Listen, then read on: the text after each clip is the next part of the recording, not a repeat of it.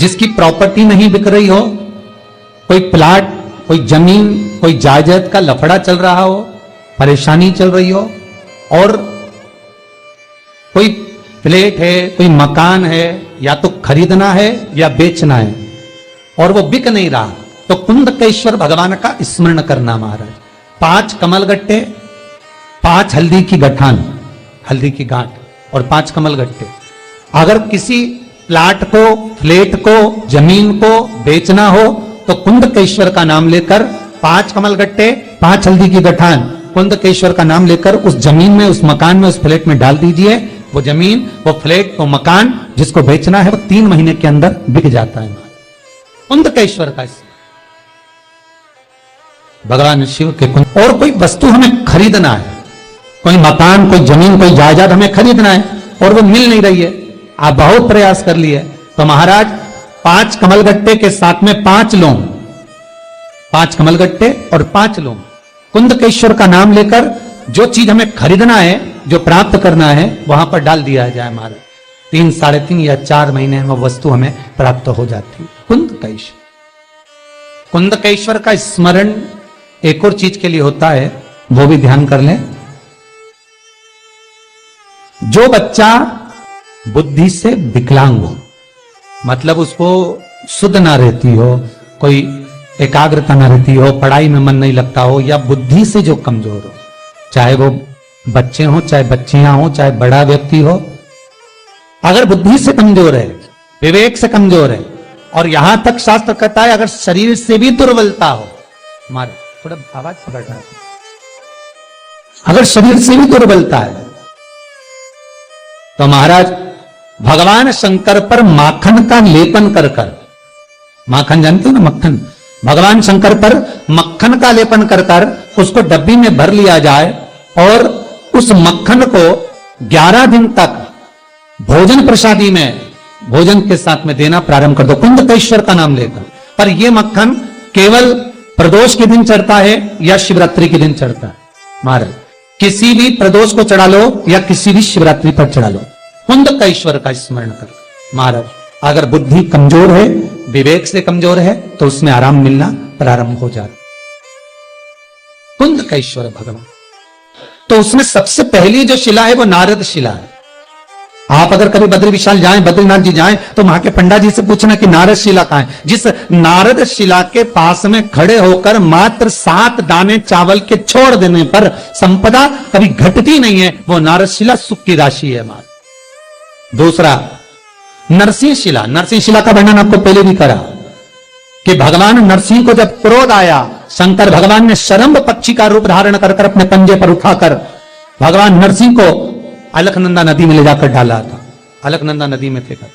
तो वहां भगवान नरसिंह शिला के रूप में विराजमान हुए। जिस व्यक्ति को बहुत क्रोध आता है, बहुत गुस्सा आता है, एक कॉइन, सिक्का, उस पर मोली लपेट कर उसका नाम बोलकर नरसिंह शिला पर फेंका जाता है, जिससे क्रोध शांत होता। 12 शिला, ये वो शिला है महाराज जिस व्यक्ति की कमर, घुटना या पीठ से खड़े नहीं होता बने, अर्थात कहीं अगर थोड़ी देर खड़े रह गए तो वापस झुकना पड़ेगा, कहीं पांव में तकलीफ हो गई थोड़ी देर बाद बैठना पड़ेगा।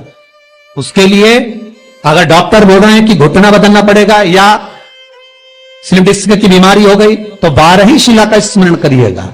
बद्री विशाल में शिला है 12 शिला मार, जिस 12 शिला पर आप अपना कोई वस्त्र लेकर जाइए, उसको घिसकर उस वस्त्र को पहनिए, लगभग 5-7 दिन लगातार पहनकर रखो उस वस्त्र। महाराज आपका जो कमर, घुटना, पीठ का जो तकलीफ है वो समाप्त हो जाएगी। 12 शिला बद्रीनाथ में। फिर अगला वर्णन करा गरुणी शिला। गरुणी शिला वो शिला है जिस शिला के अंतर्गत नेत्र की ज्योति प्रबल करने के लिए गरुणी शिला, गरुणी शिला पर घी का दिया गरुणी शिला के नजदीक में लगा दीजिए, घी का दिया, वहां पर एक पत्थर, वहीं गरुणी शिला का उठाकर रख दीजिए।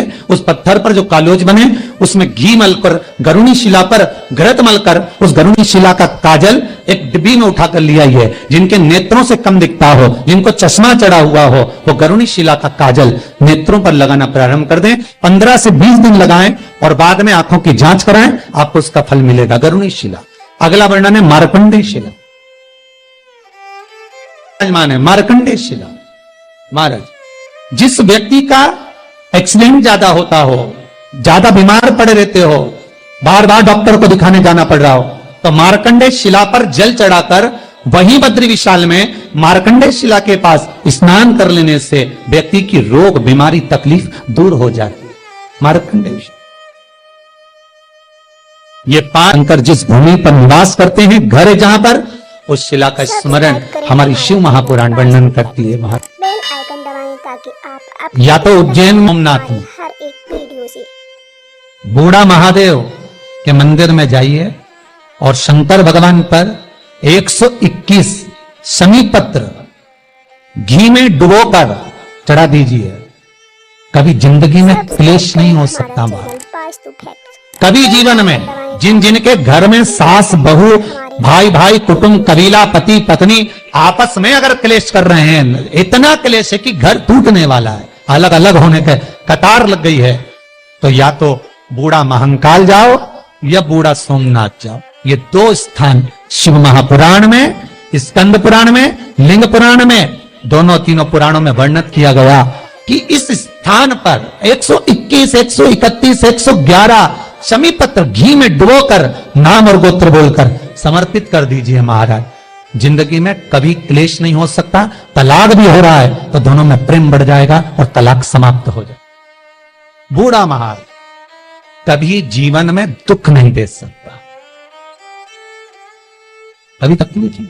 शंकर भगवान का एक एक शिवलिंग का जो प्रतिबिंब है, शंकर भगवान का जो एक एक शिवलिंग है, उसका अनुमोदन, उसका स्मरण जीवन का सुख देने वाला आनंद।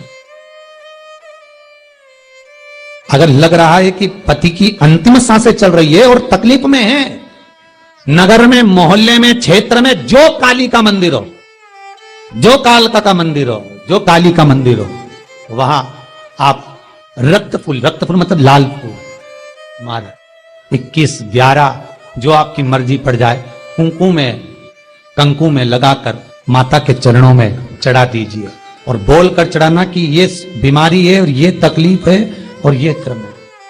केवल एक सौभाग्यवती नारी स्त्री अपने पति के प्राणों को भी वापिस ला सकती है। महाराज, चढ़ा कर देखना, 1 या 2 दिन में अंतर मालूम पड़ जाएगा।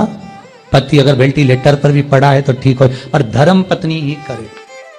अखंडता धारण का विधान है। नवरात्र में देवी की ज्योत लगती है, अखंड ज्योति लगती है, जवारे बुआए जाते हैं, कलश लगता है। ज्योत का भी विधान है।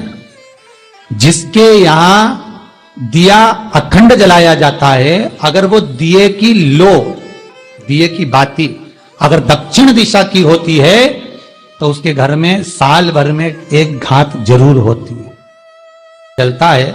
उसकी बाती का मुख दक्षिण का नहीं होना चाहिए।